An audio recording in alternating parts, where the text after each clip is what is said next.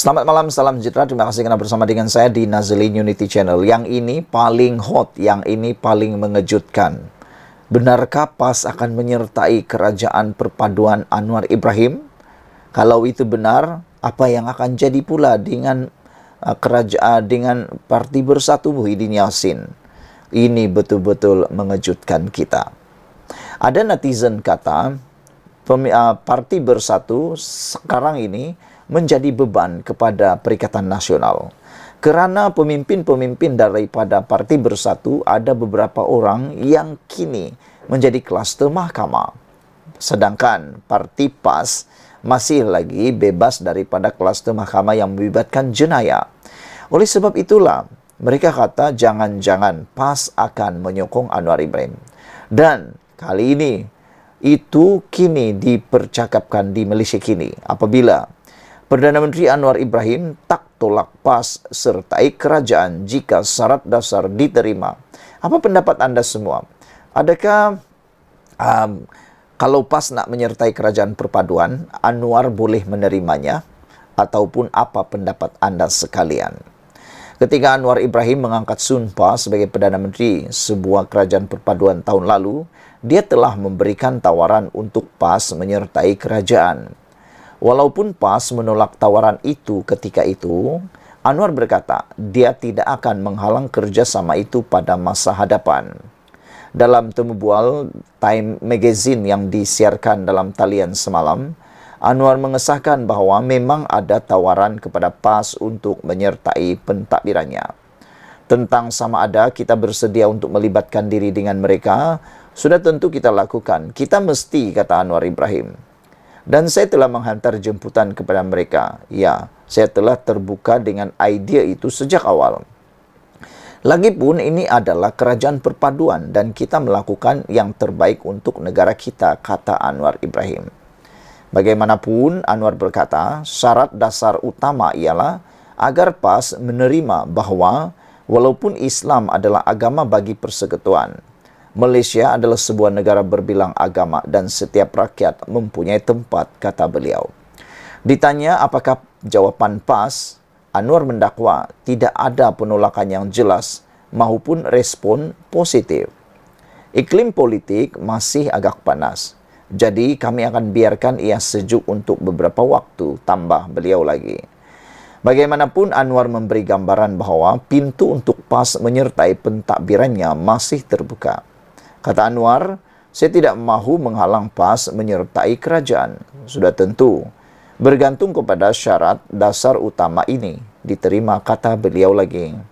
Pada awal Mei lalu, Wakil Anwar mendakwa Perdana Menteri mahu menghidupkan semula hubungannya dengan Presiden PAS Abdul Hadi Awang. Ini dilihat sebagai usaha Perdana Menteri untuk memikat PAS. Bagaimanapun, PAS sebagai sebahagian daripada Perikatan Nasional tetap memusuhi Anwar dan kerajaannya, sering menggunakan kata-kata perkauman dalam kempen mereka. Ditanya bagaimana dia merancang untuk memerangi kebangkitan retorik ketuanan Melayu Islam, Anwar menggariskan tiga pendekatan. Pertama, pembangunan ekonomi, sistem yang lebih adil dan saksama, supaya tiada masyarakat atau sebagian negara dilihat diabaikan atau dipinggirkan. Kedua, sudah tentu pendidikan kerana ekstremisme perkauman ketaksuban agama membiak dengan mudah di kalangan segmen penduduk yang lebih jahil. Apabila saya katakan jahil, saya tidak bermaksud anda tidak layak, anda tidak pergi ke universiti. Maksud saya, kurangnya pemahaman tentang mesej keseluruhan agama yang bergantung kepada sebahagian daripada mullah dan syekh dengan takswiran yang sempit dan kabur, katanya. Pendekatan ketiga, kata Anwar Ibrahim, adalah untuk menyedarkan golongan berkenan bahawa walaupun Malaysia adalah sebuah negara yang majoritinya beragama Islam, ia masih sebuah negara berbilang kaum. Kita telah bertahan beratus-ratus tahun dengan kehadiran penganut Buddha, Hindu dan Kristian. Tidak ada sebab mengapa anda perlu mengganggu ini dan menimbulkan permusuhan, katanya. Secara berasingan mengenai subjek sama ada Najib Razak akan mendapat pengampunan, Anwar berulang kali mengulangi bahawa dia akan menyerahkan keputusan itu kepada Agong. yang menurutnya tidak memerlukan nasihatnya mengenai perkara itu. Didesak mengenai apa yang dilakukannya jika pengampunan Najib dibawa kepadanya, Anwar menjawab, "Saya akan mempertimbangkannya." Sekian dulu untuk kali ini. Jangan lupa tinggalkan komen Anda. Sila tekan butang subscribe. Malaysia kita punya. Kita juga sama-sama cintai Malaysiaku. Bye-bye. Selamat malam. Salam sejahtera. Terima kasih karena bersama dengan saya di Nazilin Unity Channel. Ini memang dah melampau. Dipetik daripada Harapan Daily. Memang dah melampau. Bayangkan, pembangkang anggap baik Santau Perdana Menteri ke-10 diminta mengucap. Dalam paparan ini menulis, ada seorang penulis daripada laman Facebook menulis alang-alang pi Thailand baik Santau Perdana Menteri ke-10 sekali bagi dia ingat balik kata-kata dia sebelum jadi Perdana Menteri. Ini menjadi persoalan ataupun ini menjadi buah mulut di dalam media sosial apabila Abu Bakar Ngah mengatakan berdosa nak santau orang, mengucap bang, bukan kelakar lain lah bang, buat kelakar lain, kata seorang lagi netizen. Seorang lelaki dipercayai pembangkang mengundang kecaman orang ramai apabila selamba mencadangkan supaya Perdana Menteri disantau. Sikap individu itu amat mengejutkan memandangkan santau yang bertujuan untuk menyakiti orang lain adalah amalan sihir amat ditegah Islam. Menurut tulisan beliau, alang-alang pergi Thailand baik Santau Perdana Menteri X sekali bagi dia ingat balik kata-kata itu sebelum jadi Perdana Menteri, tulis pengguna Facebook Ali Reda. Semakan mendapati individu berkenan merupakan penyokong tegar pembangkang berdasarkan banyak hantaran di media sosial tersebut. Malah, sebahagian cacian pendesak pengeluaran wang kumpulan simpanan pekerja KWSP itu hanya mengutuk Datuk Seri Anwar Ibrahim. Tangkap layar kenyataan Ali Reda itu tular di media sosial sehingga mengundang kecaman orang ramai. Rata-rata menasihatkan individu terbabit, bahkan pembangkang lain supaya menghentikan politik kebencian sehingga terbabas dari landasan agama. Tu dia konon puja Islam tapi main santau, tulis seorang daripada netizen. Puak Khawarij ni macam tak beriman dengan ilmu hitam, dia main-main pula. Seorang lagi penulis mengatakannya. Pejuang Islam main santau pula dah, kata beliau. Demikian antara orang ramai selain mengingatkan individu berkenan supaya mengucap dan beristighfar. Dalam masa sama ada turut menyarankan supaya membuat laporan polis kerana dilihat sebagai satu bentuk hasutan. Ramai berpendapat tindakan tegas perlu dikenakan terhadap mereka yang bersikap keterlaluan sebagai pengajaran supaya tidak menormalisasikan politik kebencian. Saudara-saudara sekalian, ini memang sesuatu yang perlu dielakkan oleh sesiapa di Malaysia. Perbuatan menyantau ini perbuatan yang syirik, perbuatan melanggar agama. Kalau dah tak suka pun, janganlah sampai mengatakan perkara seperti ini. Taulah perkara itu mungkin hanya olok-olok ataupun hanya gurauan. Tetapi yang digurau itu ialah Perdana Menteri kita. Jadi itu sesuatu yang tak elok sama sekali. Kita harus bertimbang rasa dan memikirkan apa yang kita buat dan kita tulis itu. Lebih-lebih lagi, kita merujuk kepada seorang Perdana Menteri. Semoga perbuatan seperti ini tidak diulang lagi. Dan janganlah sampai melakukan perbuatan yang menarik perhatian seperti ini. Jangan-jangan apa yang dikata itu nanti kena di muka sendiri. Jangan-jangan apa yang dikatakan itu mungkin hanya memalukan diri sendiri. Maka kata pepatah, sebelum tulis, sebelum kata, lebih baik pikir. Jangan mulut duluan, baru otak berpikir. Nanti las-las kena pula tindakan undang-undang. Kita ingin berdoa, kita ingin doakan Perdana Menteri kita yang ke-10 tetap sehat dan kuat untuk terus dapat memajukan Malaysia. Semoga Anwar Ibrahim kekal menjadi Perdana Menteri kita sampai ke akhir penggal, bahkan sampai beliau tidak dapat lagi menjalankan tugas. Sekian dulu Malaysia kita punya, kita juga sama-sama cintai Malaysiaku. Bye-bye.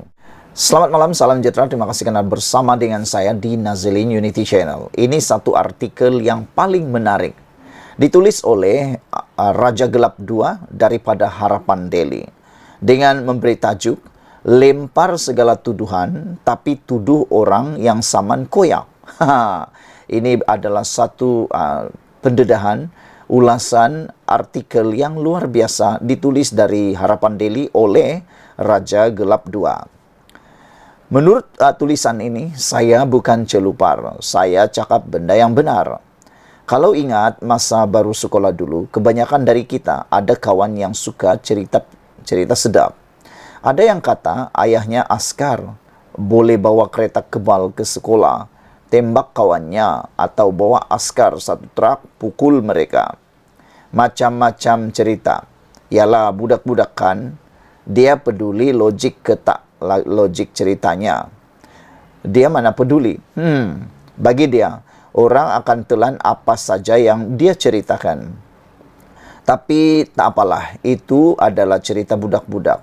Belum balik lagi. Mungkin momies pun belum. Apa nak pelik? Tapi kalau dah tua bangka, tahap layak dah ada cucu, buat perangai macam tu, yang itu memang hodoh.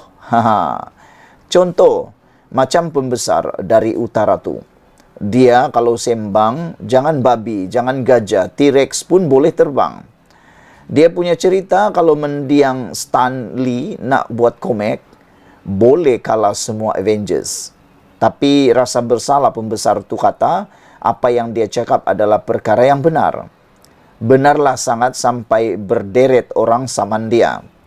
Lepas tu, bila kena saman, dia pula kata orang yang saman tu koyak.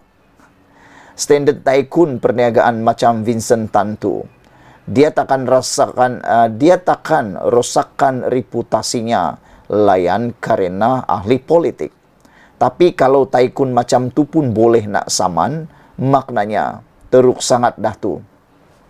Kebenaran apa yang dia maksudkan? Dia lempar segala tuduhan berdasarkan hayalan. Sumbernya dari tukang kebun, tukang bancuh kopi, macam-macam lah. Tapi semuanya tidak diketahui. Any most. Tuduhan dia semua musim kempen pilihan raya saja. Apabila habis kempen, dia pun senyap. Tak ada pun dia buat tindakan susulan. Contohnya, buat laporan polis ke atau apa-apa sajalah. Termasuk laporan SPRM ke atau apa-apa sajalah. Tak ada apa-apa tindakan susulan. Kalau betullah dia rasa bertanggung jawab, dedah kepincangan kerajaan, buatlah laporan polis. Tetapi itu tidak berlaku. Lepas tu, dia cakap, dia pula yang cerita semua benar. Dia cakap yang dia cerita tu semua benar. Dia rasa semua rakyat akan percaya. Itu yang saya kata, perangai macam budak belum balik. Siok sendiri mengarut. Tak sedar sedang diketawakan. Saya pun tak faham macam mana seorang yang agak kebudak-budakan boleh disanjung dan diangkat pula jadi pemimpin tertinggi parti. Nampak sangat parti itu ada krisis kepimpinan yang dahsyat. Apapun, saya bersyukur sudah tinggalkan parti itu pada tahun 2015 dulu. Kalau tak, pening kepala nak backup kenyataan hodoh yang pemimpin parti itu buat. Sesekali tak mengapalah, tapi ini setiap kali. Matilah nak, kata beliau. Dipetik daripada Harapan Daily dengan tajuk Lempar Segala Tuduhan Tapi Tuduh Orang Saman, ditulis oleh Raja Gelap 2. Sekian dulu untuk kali ini. Jangan lupa tinggalkan komen anda. Sila tekan butang subscribe. Malaysia kita punya, kita juga sama-sama cintai Malaysiaku. Kita jumpa lagi. Bye-bye. Selamat malam, salam sejahtera. Terima kasih kerana bersama dengan saya di Nazilin Unity Channel. Baru-baru ini heboh tentang Kabinet Anwar mungkin akan dirombak. Sehingga kan ada satu orang di Dewan Parlimen dengan begitu berani dan gah lantang menuntut supaya, menggesa supaya Menteri Pertanian dan Keterjaminan Makanan, iaitu Mat Sabu, letak jawatan. Desakan itu dibuat di Parlimen, tetapi akhirnya beberapa jam selepas mendesak Mat Sabu letak jawatan, ini pula yang terjadi. Ini jawapan daripada salah seorang pemimpin daripada Pakatan Harapan. Beliau kata, mendesak Mat Sabu letak jawatan ahli Parlimen Bersatu adalah buta fakta. Ahli Parlimen Tanjung Karang, Datu Zulkapri Hanapi, diselar sebagai buta fakta. apabila mendakwa Pertanian dan Keterjaminan Makanan KPKM Datu Seri Muhammad Sabu tidak kompeten dalam menyelesaikan isu bekalan makanan.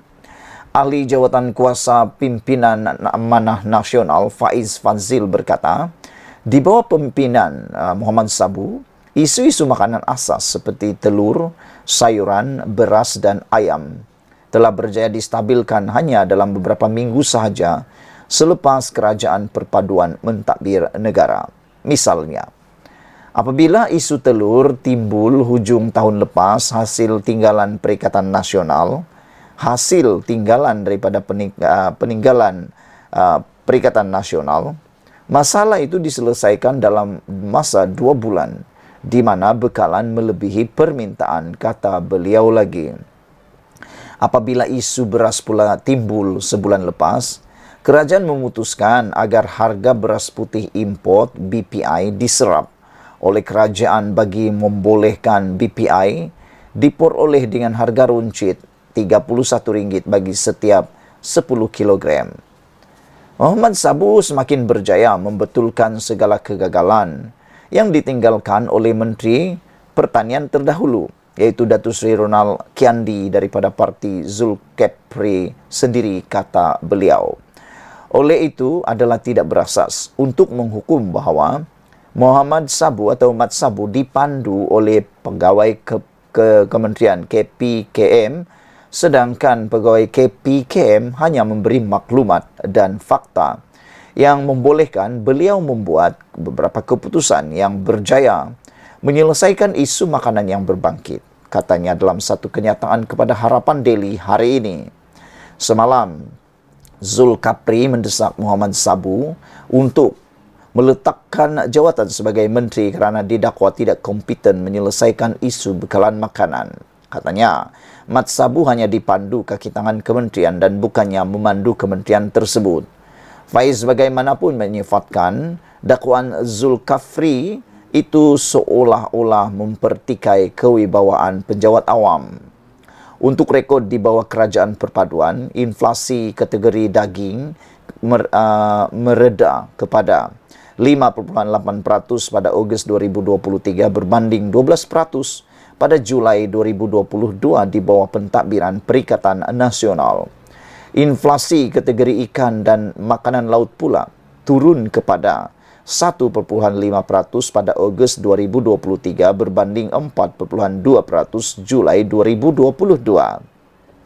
Manakala inflasi kategori telur, susu dan keju jatuh ke 4% berbanding 9.1% Julai 2022. Menurut Faiz yang juga bekas adun permatang pasir itu, Mat Sabu dan pasukannya perlu diberikan lebih masa untuk menyelesaikan masalah berkaitan keterjaminan makanan. Idea penanaman ala Skinchan yang menghasilkan padi yang lebih banyak menunjukkan kehendak politik will yang ada pada Muhammad Sabu dalam merubah daya saing dan SSL makanan negara, terutama beras. Jelas sekali Zulkifli buta fakta dalam membuat serangan terhadap Muhammad Sabu. Momentum kerajaan Madani pimpinan Anwar dalam sektor pertanian perlu diteruskan dan Muhammad Sabu adalah tokoh politik yang kompeten untuk memaju momentum ini, kata beliau lagi. Sekian lagi dulu untuk kali ini. Jangan lupa tinggalkan komen anda. Sila tekan butang subscribe. Malaysia kita punya, kita juga sama-sama cintai Malaysiaku. Bye-bye.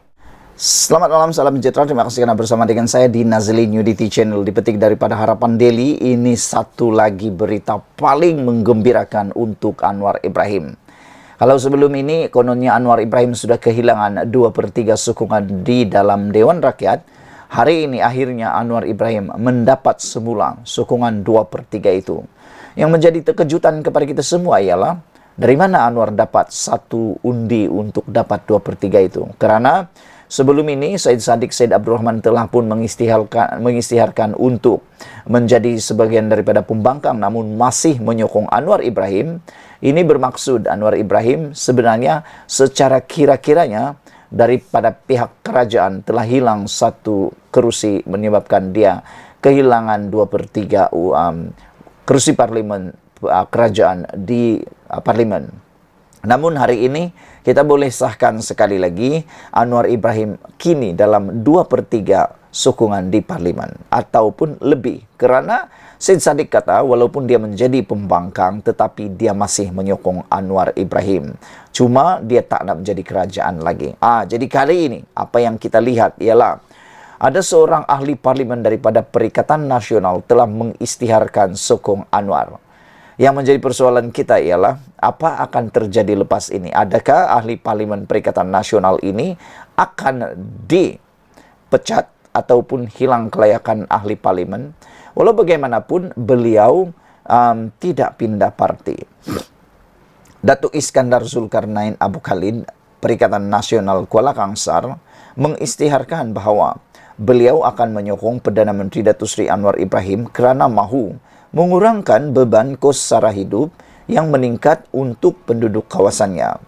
Iskandar dari Bersatu berkata, sokongan beliau berkuat kuasa hari ini bertujuan untuk melihat sama ada Anwar akan mengutarakan janjinya berkenan dana peruntukan kawasan untuk parlimen. Beliau berkata, saya percaya ekonomi akan dipulihkan demi kemakmuran negara dan kesejahteraan rakyat. Oleh itu, saya akan menyokong usaha Perdana Menteri mengukuhkan ekonomi, katanya dalam satu kenyataan yang dihantar kepada Akhbar Star. Walau bagaimanapun, beliau menegaskan akan kekal di dalam parti Bersatu. Saya sama sekali tidak akan mengkhianati parti saya. Bersatu dalam apa jua keadaan. Saya menjunjung prinsip kesetiaan, kata beliau. Meskipun berdepan dengan risiko tindakan disiplin oleh partinya, Iskandar tidak sanggup melihat penduduk kawasannya terbiar dan ketinggalan kerana perbezaan politik. Oleh itu, saya mengambil keputusan menyokong usaha kerajaan yang mengutamakan kebajikan rakyat sehingga pilihan raya umum seterusnya, kata beliau lagi. Untuk rekod, Anwar menegaskan bahawa peruntukan dana kawasan parlimen untuk ahli parlimen pembangkang akan disalurkan sekiranya blok pembangkang atau blok Perikatan Nasional berunding dengan kerajaan.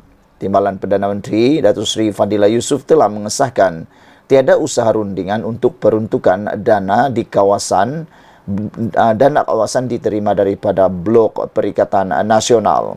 Yang menjadi persoalan ramai orang ialah kenapa belum ada rundingan dibuat oleh orang yang bertanggungjawab. Kerana di blok pembangkang telah pun dipilih beberapa orang menjadi saluran perundingan dengan kerajaan. Sedangkan untuk mereka mendapat dana peruntukan parlimen itu, mereka hanya perlu berunding dan mungkin perlu MOU. Tapi itulah jadi persoalan kenapa selepas 10 bulan, menghampiri setahun, kerajaan ini telah ditubuhkan, masih belum ada rundingan, usaha rundingan dibuat. Itu disahkan sendiri oleh Timbalan Perdana Menteri kita, Datuk Seri Fadillah Yusof. Jadi, apakah tindakan daripada ahli parlimen Perikatan Nasional di Perikatan Nasional Kuala Kangsar ini, iaitu Datuk Iskandar Zulkarnain Abdul Khalid, akan mendapat perhatian daripada Perikatan Nasional? Atau yang mungkin lebih menyayat hati kalau akan lebih ramai ahli parlimen daripada Perikatan Nasional yang mungkin akan sama-sama melakukan perkara yang sama, atau mereka akan mengikut jejak ahli parlimen Kuala Kangsar ini. Pada pendapat saya, tidak salah untuk mereka mengambil tindakan membuat MOU dengan Anwar Ibrahim untuk kepentingan rakyat di kawasan mereka. Sekian dulu untuk kali ini. Jangan lupa tinggalkan komen Anda, tekan butang subscribe. Kita jumpa lagi. Bye-bye. Selamat petang, salam sejahtera. Terima kasih karena bersama dengan saya di Nazilin Unity Channel. Ini berita terkini daripada berita harian. Baru diumumkan beberapa menit yang lepas, 12 Oktober 2023. Akhirnya, dipetik daripada berita harian online, SPRM akhirnya menyerbu 5 kilang beras di Kedah. Saudara-saudara sekalian, Suruhanjaya Pencegahan Rasuah Malaysia membongkar ketirisan pengedaran beras dengan menyerbu 5 buah kilang di Kedah hari ini dan semalam. Siasatan SPRM menjuruskan kepada penyelewengan pemberian subsidi kepada petani yang menjual beras tempatan ke kilang berlesen. Dalam operasi itu, SPRM turut menjalankan siasatan untuk mencari punca ketiadaan beras di pasaran, termasuk tindakan mencampur beras tempatan dengan beras import dan menyorok stok beras. Dalam serbuan di 2 buah kilang semalam, serta 3 lagi kilang hari ini, SPRM mengesaki ada penipuan risit pembelian padi dan penyelewengan jumlah berat padi yang dijual di kilang tidak sama dengan nilai subsidi yang dibayar kepada petani. Sumber berkata, SPRM mendapati modus operandi digunakan sindiket ini ialah menipu risit pembelian padi di kilang berkenan. Katanya, siasatan itu termasuklah kemungkinan nilai subsidi yang dibayar kepada petani tidak sama dengan jumlah berat padi yang dibayar di kilang. Subsidi yang dibayar oleh kerajaan melalui Bernas sebanyak Rp500 bagi setiap tan padi yang dijual di kilang, dengan pihak kilang membeli daripada petani dengan harga Rp1.25 sekilogram. Ini bermaksud sekiranya seorang petani menjual 1 tan beras kepada pengilang, mereka akan menerima Rm Rp1.250 termasuk Rp500 subsidi daripada kerajaan. Siasatan mendapati mungkin berlaku penyelewengan dalam urusan itu, termasuk jumlah berat padi yang dijual di kilang tidak sama dengan nilai subsidi yang dibayar kepada petani. Terdapat risit-risit pembelian padi dan jumlah berat padi di Syaki sengaja dipalsukan dengan menggandakan jumlah berat padi yang dijual, katanya. SPRM masih meneliti jumlah sebenar ketirisan subsidi yang berlaku berdasarkan jumlah subsidi yang diperuntuk kerajaan ketika ini, yaitu Rm600 juta setahun. Dalam operasi itu, SPRM turut mengesan penyelewengan dengan mencampurkan beras tempatan dengan beras import untuk dijual dengan harga beras import. Katanya, tindakan itu menguntungkan pengilang memandangkan harga import tidak dikawal oleh kerajaan berbanding beras tempatan. Tetapi tindakan ini akhirnya boleh menyebabkan kekurangan padi atau kekurangan beras untuk beras tempatan. Kerana beras tempatan yang sepatutnya dijual sebagai beras tempatan dengan harga yang lebih rendah menjadi berkurang kerana dijual pula dalam bentuk beras import. Jadi, beras tempatan berkurangan, beras import pula yang bertambah. Inilah kejahatan mereka yang melakukan modus operandi ini. SPRM kini bertindak untuk SPRM juga bertindak menyiasat sikap pengilang yang menyimpan dan menyorokkan beras tempatan yang mungkin menjadi punca kekurangan beras tempatan. Mereka ini kononnya menunggu pelarasan harga oleh kerajaan dan memberi alasan beras itu disimpan disebabkan tiada ejen yang mahu membeli beras itu, katanya. Dalam perkembangan itu, Ketua Pesuruhjaya SPRM Tan Sri Azam Baki ketika dihubungi mengesahkan tindakan yang diambil SPRM dalam menyiasat ketirisan pengedaran beras negara di bawah Seksyen 18 Akta SPRM 2009. Katanya lagi, SPRM melihat dua aspek siasatan, yaitu berkaitan kesalahan jenayah dan juga aspek tata kelola dalam agihan subsidi. Berita Harian melaporkan pada bulan lalu, Azam Baki memberi jaminan akan segera masuk menyiasat sekiranya mengesan kepincangan dalam isu pembekalan beras negara.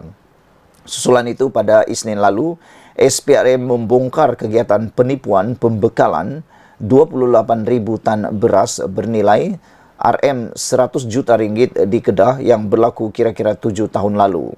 Semalam, seorang pemilik syarikat mengimport beras dan rempah ratus didakwa kerana mengemuka tuntutan palsu berjumlah keseluruhan 22.76 juta berkaitan pembekalan beras kepada Kedah Agro Holding Berhad pada 2017. Sekian dulu untuk kali ini. Jangan lupa tinggalkan komen anda. Sila tekan butang subscribe. Malaysia kita punya, kita juga sama-sama cintai Malaysiaku. Bye-bye. Selamat malam, salam sejahtera. Terima kasih kerana bersama dengan saya di Nazilin Unity Channel. Isu yang hangat di media sosial sekarang, di TikTok, ialah tentang satu gambar yang menunjukkan di Harapan Daily, dipetik daripada Harapan Daily, kereta Exco Kedah merampas petak parking OKU Tular. Cerita ini menggamit perasaan ramai netizen. Mereka kata, takkanlah seorang exco tak faham simbol parking untuk OKU dengan orang yang normal. Mereka kata apa yang menyebabkan kereta exco Kedah itu rampas petak parking OKU. Kata mereka kalau ia pun terlalu sibuk, kata mereka, janganlah sampai pula memaking di tempat yang tak sepatutnya. Ada juga yang menulis mungkin beliau tergesa-gesa. Mungkin kereta exco Kedah itu diparking karena tergesa-gesa nak hadiri mesyuarat atau hanya nak parking sementara sahaja. Tapi ada yang menjawab, bagaimana kalau tiba-tiba ada orang OKU yang nak parking di situ? Nak tunggu macam mana, kata mereka lagi. Walau bagaimanapun, perbuatan memaking kereta di kawasan petak OKU dilihat satu perbuatan yang tidak bertanggung jawab. Bahkan, sedangkan orang kebiasaan, orang awam, orang biasa pun kalau memaking di petak OKU boleh disaman, bahkan boleh dikenakan tindakan dan akan dihujani dengan pelbagai tomahan daripada netizen. Ini kan pula kereta exco. Hati-hatilah sekarang ini kerana perbuatan seperti ini cepat akan tersebar di mana-mana. Hari ini kita digemparkan dengan satu gambar tular kenderaan rasmi exco Kerajaan Negeri Kedah diletak dalam petak parking khas orang kelainan upaya atau OKU.